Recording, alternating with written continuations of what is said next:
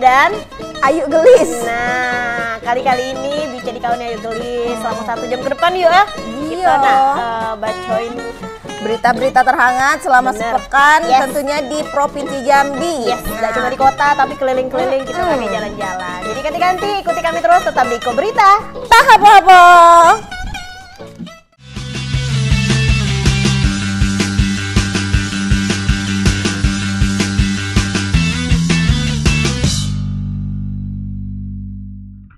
Nah, ganti-ganti di segmen 1 Iko, segmen Iya. pertama. Nah, ayo. Siapa nak baca berita? Ayu Gelis lah. Oke. Ayu Gelis, nah Baca baca berita. berita terhangat. Terhangat, Freddy. Terhot, berita hot ini. terviral. Panas. Siapa itu nih? Yuk. Jadi ada berita 2 hektar lahan terbakar di Dusun Kampung Tengah. Wow. Kebakaran lahan kembali terjadi di Kabupaten Tanjung Jabung Barat. Kali ini terjadi di Dusun Kampung Tengah, Desa Pematang Lumut, Kecamatan Betara. Pada Senin sore, 2 hari lalu, beberapa hari lalu lah ya. Sekitar 2 hektar lahan gambut yang terbakar meluas. Petugas gabungan dikerahkan untuk memadamkan api. Tidak hanya personil darat, melainkan helikopter waterbombing untuk menjangkau titik air api yang sulit dijangkau. Jika ada api, Pasti ada bomba. bomba. Cak mana nih beritanya? Kita Langsung tengok aja biar kita dulu. tengok. Ikut ya berita ya. Beginilah video amatir petugas gabungan BPBD, tim reaksi cepat bersama TNI Polri Jambi berjibaku melakukan pemadaman kebakaran lahan yang terjadi di Dusun Kampung Tengah, Desa Pematang Lumut, Kecamatan Betara, Kabupaten Tanjung Jabung Barat, Senin siang. Kencangnya hembusan angin membuat api terus berkobar dan kian sulit dipadamkan. Proses pemadaman tidak hanya Satgas Darat, melainkan sejumlah heli waterbombing diperbantukan memadamkan api untuk menjangkau titik api yang sulit dipadamkan. Sekretaris BPBD Tanjung Jabung Barat, Gus Zirwan mengakui, saat ini api sudah berhasil dikendalikan dan dipadamkan oleh petugas gabungan darat dan udara dengan bantuan waterbombing. Dari data terakhir ini, total luasan lahan yang terbakar mencapai 2 hektar. Itu kejadiannya di RT 2 Dusun Kampung Tengah, Desa Pematang Lumut, Kecamatan Betara. Itu pada tanggal 22 Juli, kira-kira kejadian sekitar jam 4 sore. Luasannya diperkirakan kurang lebih 2 hektar. Nah, sementara dasar pelaporan dari rekan-rekan di sana bahwa itu padamkan dengan swadaya gitu, tidak menggunakan helikopter. Kita menentukan siaga karhutla itu setelah ada dikeluarkan SK dari Bupati. Sementara SK yang masih dalam proses, mungkin dapat setelah turun SK tersebut kita mau rapat dengan instansi terkait termasuk dengan Kodim, Polres, dengan Basarnas, masuklah dengan Manggalakni. Meski telah padam, saat ini petugas masih terus melakukan pendinginan di lokasi lahan yang terbakar. Ini dilakukan agar titik api tidak kembali muncul dan memicu kebakaran. Sementara untuk penyebab kebakaran sendiri, petugas dari kepolisian sudah melakukan pendalaman dan penyelidikan untuk mengetahui siapa yang membakar lahan tersebut. Apakah disengaja akibat ulah oknum yang sengaja membuka lahan dengan cara dibakar? Surya Kurniawan, Cek TV, melaporkan. Nah itu beritanya. Lumayan luas ya, 2 hektar Lumayan, dari 2 lahan yang hektar luas terbakar. juga. Biasanya karhutla ini bukan karena cuaca, ini kan belakangan ini juga cuaca lagi panas-panasnya nih. Bener, mulai masuk musim kemarau ya. Iya, jadi rumput-rumput kering. Untuk abang-abang yang hobi mancing tuh bang, rokok bang, jangan buang basing. Kalau basing kagak ada api, kalau ada api ada bombe. Gitu. Jadi jangan juga bakar-bakar sampah lagi dekat lahan gambut karena nanti menyebar terbakar kagak ujung-ujungnya di kita kena kabut asap. Yang kena bukan cuma tadi di mana tadi? Kalau Betara di Pematang Di Lumut, Pematang salah. Lumut, Nah, dari di Pematang Pematang Lumut baik kena Lumut. asapnya provinsi Jambi juga kena. Kadang juga sampai kena provinsi tetangga ya kenanya asapnya. Gitu. Bahkan bisa sampai negara tetangga. Nah, Karena asap kalau nak nyebrang itu tidak perlu pakai pisau, langsung jalan. tidak perlu pakai pesawat, langsung Ikut angin. Kemana ada angin melangkah, dia ngikut. Batu Amerika. Nah, Kasihan Donald Trump. nah, kemana-mana gitu nih ganti-ganti. Dah lah, siapa baca berita kedua nih?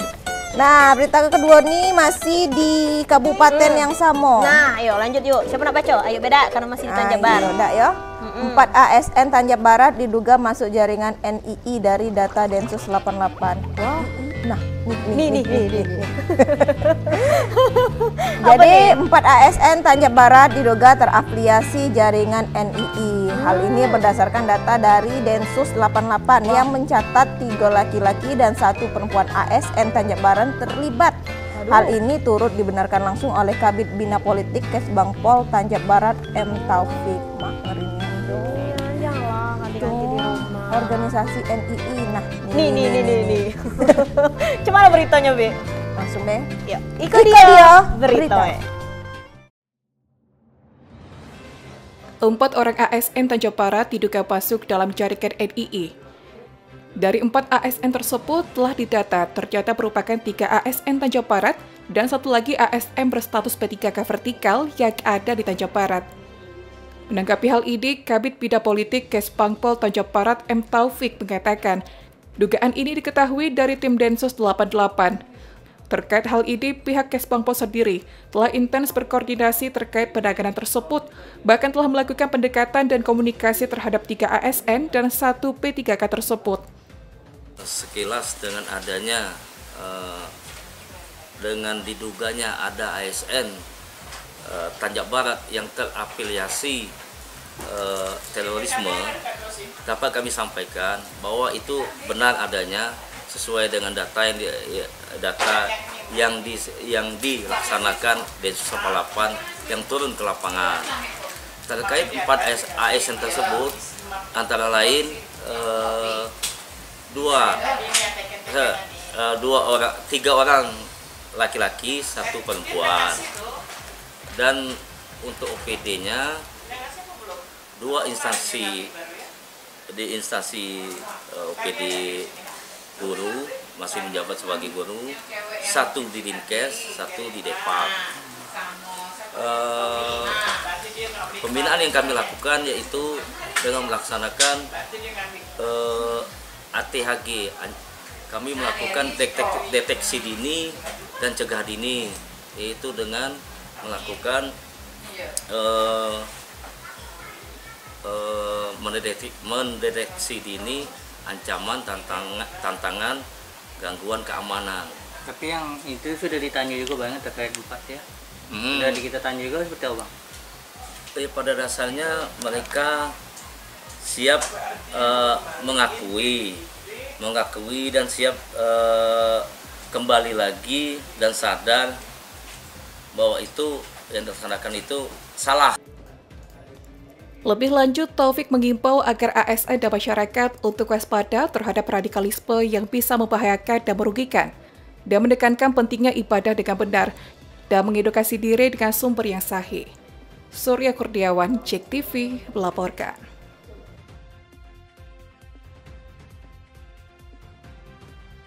Nah, itu beritanya. Itu tadi kan berdasarkan data dari berita dari pusat kan. Bener. Itu organisasi NII. Langsung Densus 88 langsung. Jadi memang di setiap kabupaten dulu banyak nian itu tuh yang terafiliasi Afiliasi sebenarnya gitu ya. Jadi masih didata nih, masih dicari-cari lagi nih sama Densus 88 ya. Pokoknya untuk ganti-ganti di rumah, tetap kita cinta tanah air. Jangan ngikut-ngikut organisasi radikal tuh, jangan. Tuh, kamu kenapa ya? Dor. Menyesatkan. Adalah yang lurus-lurus bayang. Kan tembak dor. Aku cinta banget sama kamu. Aku gak mau yang lain gitu.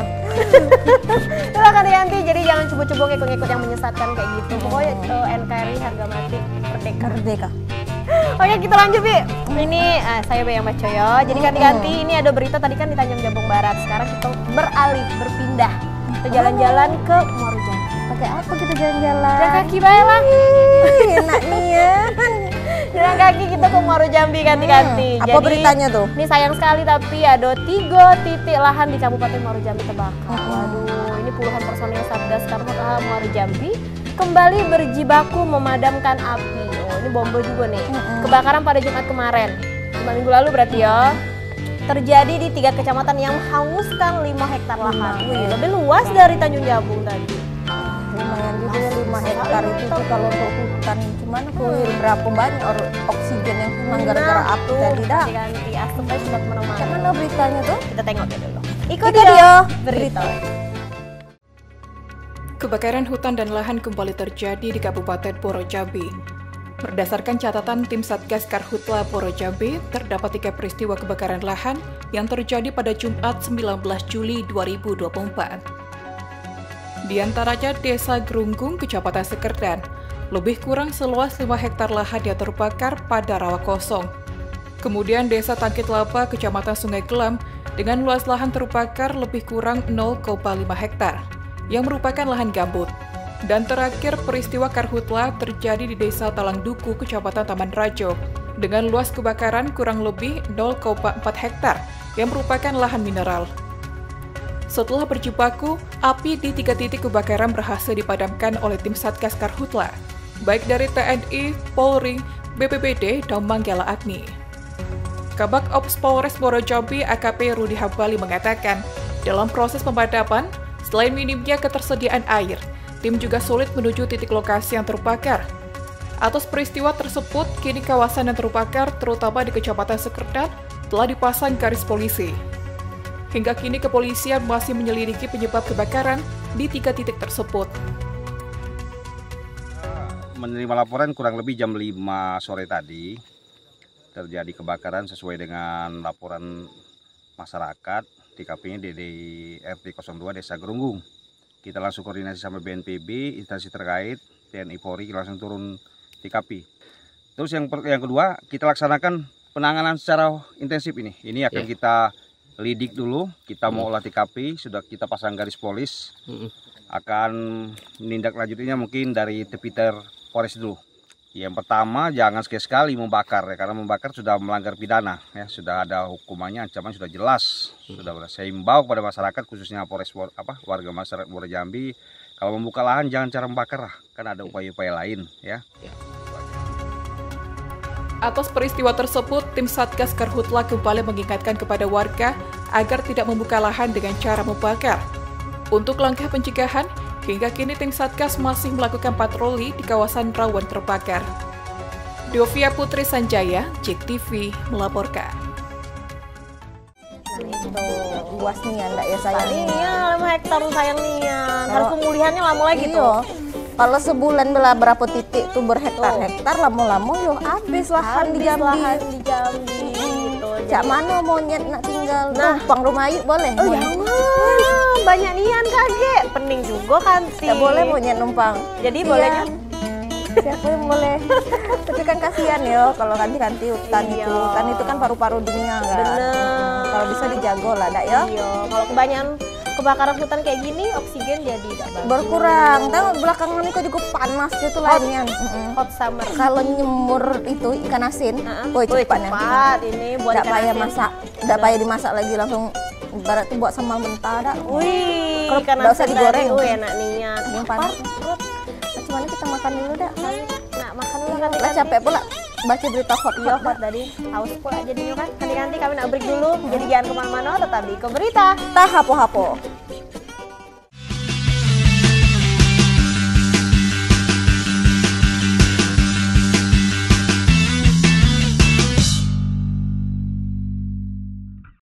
Nah, ganti-ganti. Balik lagi dengan kami berdua, Bice dan Ayu Gelis. Nah, masih di Ke Berita. Tah hapo-hapo. Tadi kan kita berita pertama tadi tentang karhutla, terus juga berita hot ya tadi ya. Hot gitu kan. Nah, di segmen kedua nih ganti-ganti kami masih nak melanjutkan baca berita. Siapa nih? Ayu, iya Bice lah. Ini tadi kan kita di Muaro Jambi, kita pindah jalan kaki lagi ke kota Jambi.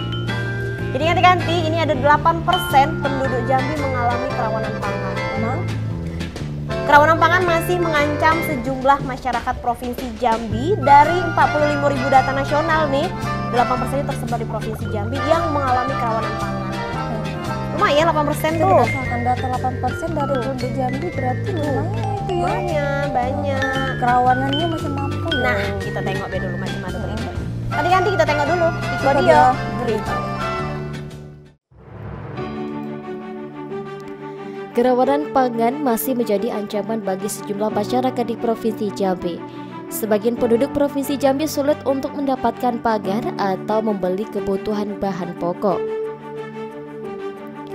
Deputi Kerawanan Pangan dan Gizi Badan Pangan Nasional, Nyoto Suwiknyo mengatakan, dari 45.000 kepala keluarga secara nasional, 8%-nya tersebar di Jambi yang mengalami kerawanan pangan. Data itu bersumber dari data kemiskinan ekstrim yang ada di Provinsi Jambi. Hal tersebut dikatakan langsung oleh Nyoto Suwiknyo saat menyalurkan bantuan intervensi kerawanan pangan dari Badan Pangan Nasional di Kota Jambi 22 Juli 2024 Senin kemarin. Sebanyak 300 kepala keluarga di Kelurahan Cilutung yang menerima bantuan tersebut diharapkan dapat membantu dan meringankan beban pengeluaran masyarakat. Hari ini kami dari Badan Pangan Nasional bekerja sama dengan pemerintah Provinsi Jambi dan Kota Jambi melakukan penyaluran tentang intervensi pengendalian kerawanan pangan dan gizi. Se-Indonesia ada 45.000 kepala keluarga dan 8%-nya ada di Jambi, termasuk apa yang kita sedang lakukan di Kelurahan Cilutung ini.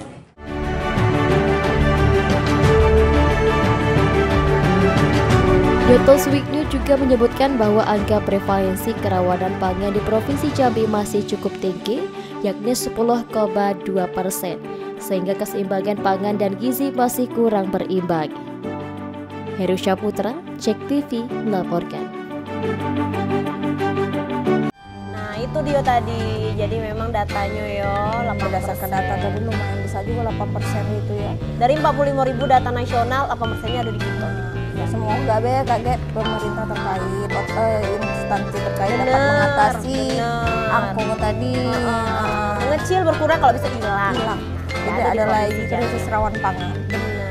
Kita lanjut berita selanjutnya kanti-kanti. Boleh. Yuk gelis. Apa nih? Itu dia. Berita selanjutnya, petani kolam di Muara Jambi keluhkan harga pangan ikan mahal. Harga makan ikan, makannya be? Ikannya mahal. Apalagi harga ikannya. Nah, lanjut. Apa nih? Para petani membudidayakan ikan kolam Muara Jambi hingga saat ini terus mengeluhkan tingginya harga pakan ikan komersil yang ada di wilayah mereka. Hingga para petani ini terpaksa harus mencari terobosan baru dengan membuat pakan mandiri agar tidak merugi.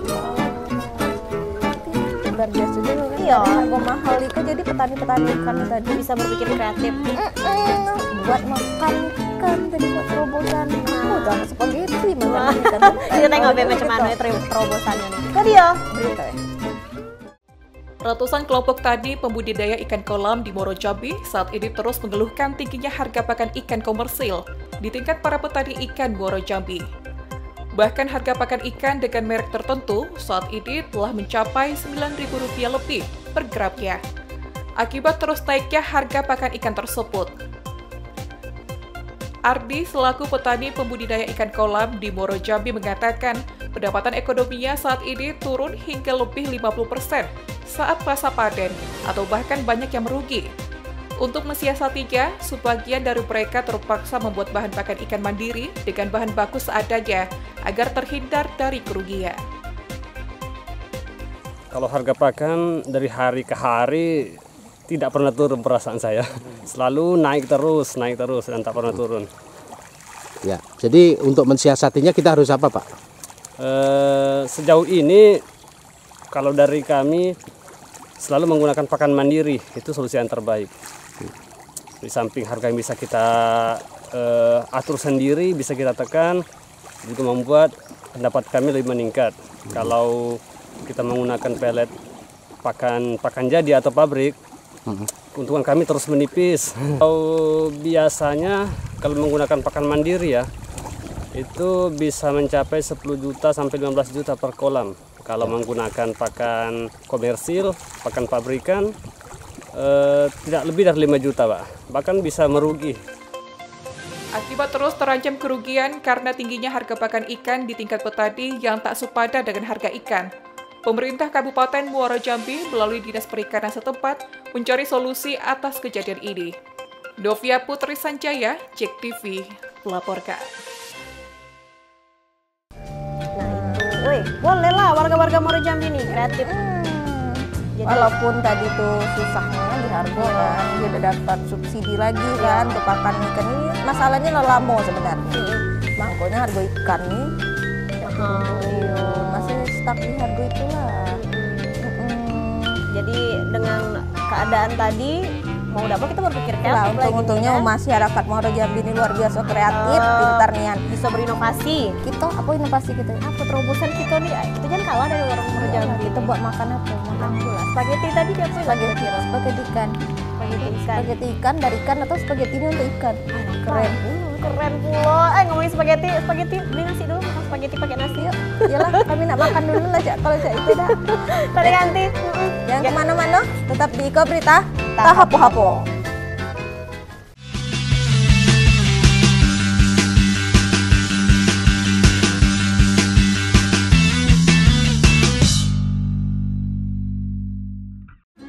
Ganti, balik lagi dengan kami berdua di Iko Berita, Tahapo-hapo. Nah, tadi kan kita di segmen sebelumnya ngomongin tentang kreatif. Ya, ini di segmen ini kami masih nak ngasih tahu ke kanti-kanti di rumah masih tentang kreatif dan inovatif. Tadi orang-orang Muaro Jambi nih yang kreatif di sekarang di Kota Jambi nih, tepatnya di Kelurahan Simpang Tigo Siplin Kota Jambi, kanti-kanti. Ini warga di RT 28, ini lebih tepatnya menyulap sampah organik menjadi kompos. Pupuk tersebut dimanfaatkan mereka untuk bercocok tanam cabai dan tanaman lainnya. Wah, jadi kan kalau pas tiba-tiba cabai mahal, itu ada hasilnya. Boleh lah. Jadi juga sampah itu tadi tidak ganggu lingkungan juga ya, selain karena kalau dibiarkan kotor kan iya juga. Ternyata bisa dimanfaati. Sama cara manfaatnya. Nah, kita tengok biar dulu kanti-kanti. Iko dia. Kini, masyarakat Kota Jambi tidak perlu khawatir jika ingin berkebun dengan mahalnya harga pupuk. Untuk bercocok tanam tidak perlu menggunakan pupuk yang mahal untuk menghasilkan buah yang maksimal. Seperti yang dilakukan oleh warga di RT 28, Kelurahan Simpang Tiga Sipin, Kota Jambi, yang membuat pupuk sendiri. Mereka mengelola sampah organik menjadi pupuk kompos untuk bercocok tanam. Sampah rumah tangga di RT 28 tersebut dikumpulkan dan ditumpuk di salah satu tempat. Kemudian ditutup dengan terpal seadanya dengan rapat hingga 1 bulan. Kemudian sampah tersebut dihancurkan dengan lembut hingga menjadi kompos. Di sini sebetulnya limbah itu sangat melimpah sekali, bahkan menjadi masalah karena tidak diolah, masing-masing saling lempar-lemparan itunya kan, di sana ditolak. Sebetulnya kalau kita bisa mengomposkan itu benefitnya banyak sekali. Satu, masalah sampah rumah tangga itu bisa terasa, dan hanya itu nilainya luar biasa ini pupuk kompos ini. Karena tadi daripada beli pupuk kimia kan mahal sekali itu Pak. Iya. Lebih baik memanfaatkan sebenarnya potensi yang luar biasa ini di sekitar sini aja. Kalau mau cari berapa gerobak itu ada gitu kan. Nah, itulah yang sebetulnya misi kita ke depannya, mestinya kita harus fokus di pupuk dulu sebelum kita bikin tanaman macam-macam. Inilah sebetulnya menurut saya. Untuk menjadi dari sampah menjadi pupuk ini mungkin berapa lama Pak? Jadi kalau kita memang secara intensif sebulan insya Allah oke. Kalau kita mau males-malesan ya bisa lebih dari 1 bulan. Jadi yang penting itu tadi semangat warga, memang kita harus kita pacu sehingga kita tadi. Karena tadi sebenarnya gampang, kita hanya butuh mungkin 1 minggu. Kalau memang tidak sempat 2 kali sekalipun kita cukup lah untuk mengontrol proses pembuatan. Ketua RT 28 Kelurahan Simpang Tiga Sipin, Abdul Kohar mengatakan, pupuk kompos itu digunakan warga untuk berkebun di lahan kosong. Mereka menanam cabai, kangkung, dan lain sebagainya untuk kebutuhan sehari-hari. Ya, awal mulanya kebetulan kan di RT 28 ini kan ada lahan kosong, jadi kami seluruh warga RT 28 bersama bapak-bapak ibu-ibu memanfaatkan lahan untuk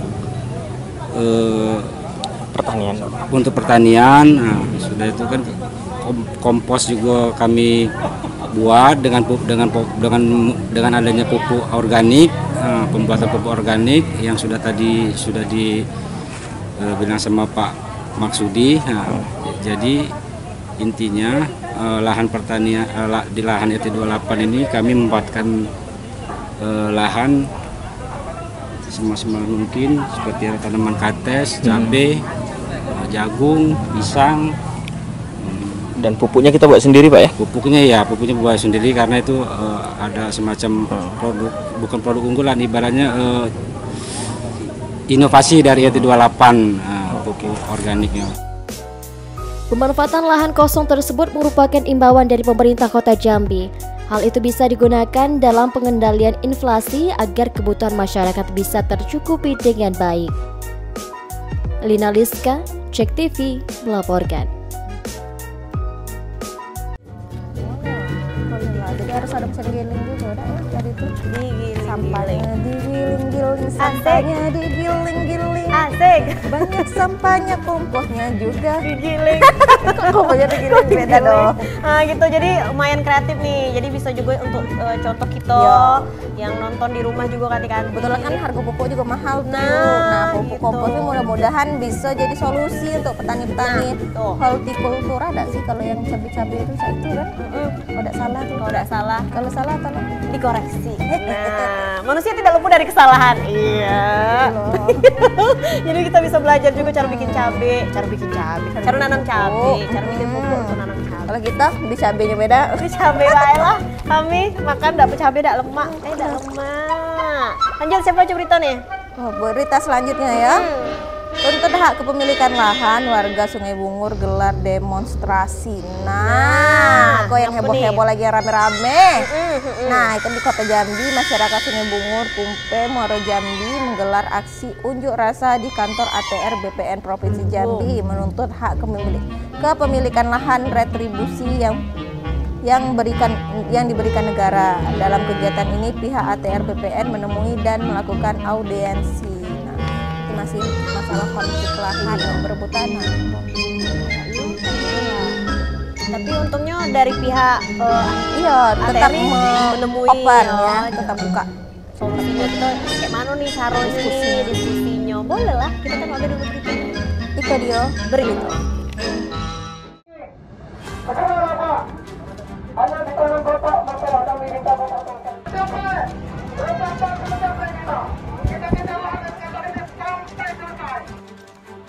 Aksi unjuk rasa masyarakat terjadi dan bermula di halaman DPRD Provinsi Jambi yang kemudian berlanjut ke kantor ATR BPN Provinsi Jambi pada Senin 22 Juli 2024. Puluhan massa yang terdiri dari mahasiswa dan masyarakat Sungai Bungur, Kumpe, Muaro Jambi terpantau membawa spanduk menuntut hak kepemilikan lahan redistribusi yang dijanjikan negara kepada mereka sejak 2002 silam.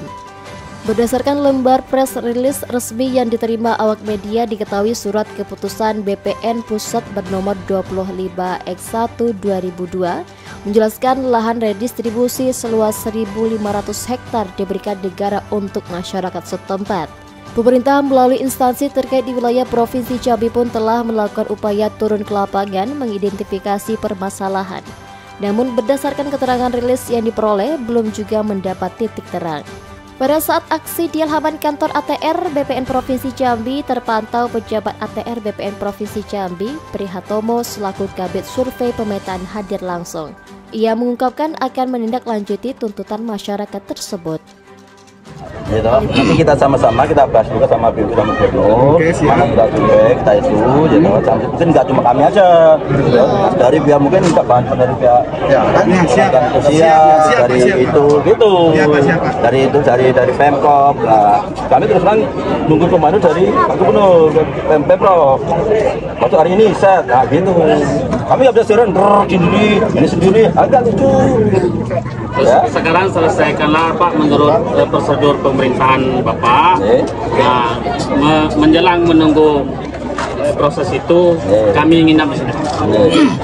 Kami terbuka aja nggak janji sehari 2 hari ini selesai. Ya, nah itu butuh waktu. Nggak sudah Bapak bayangkan itu. Baru selesai terus gitu terus selesai. Katanya sampai selesai Pak. Bapak kondisikan dulu, peran saya Bapak kembali ke sana, kondisikan dulu sama masyarakat di sana. Halim Andrean, Cek TV melaporkan. Nah itu tadi kanti masalah sengketa lahan lah, itu berarti kan masalahnya. Kita pokoknya kalau masalah cak ini kita doakan semoga ketemu solusinya yang terbaik lah, semoga diberikan yang dan terbaik. tidak merugikan dua belah pihak, sama-sama menemukan jalan terbaik. Silahkan kalau diganti. Kalau tidak mau tanah tadi bagi saya tidak mau. Dalam bentuk pot juga boleh kan ganti. Tanah juga tuh, kami menerima juga nanam kembang depan rumah. Tadi kan tidak terasa 1 jam sudah kami menemani kalian di rumah. Tadi ada berita apa, Baby? Ada berita kebakaran. Terus tentang ini ya, kerawanan pangan. Terus juga ada yang inovatif dan kreatif. Yang kreatif. Ditutup dengan sengketa lahan. Mudah-mudahan ini jadi pembelajaran kita yang baik, kita ambil hikmahnya, yang buruk kita buang. Apanya? Yang buruk-buruk lah pokoknya ganti-ganti. Iya. Kami juga kalau ada salah yang buruk-buruk dari kami, aduh kami baik galau, kami bagus galau, kami berdua baik, cantik. Ganti kami pamit undur diri. Lagi nih, jangan lupa selalu saksikan Iko Berita Hapo setiap hari Rabu jam 8. Kami berdua undur diri, pamit. Assalamualaikum warahmatullahi wabarakatuh. Dadah.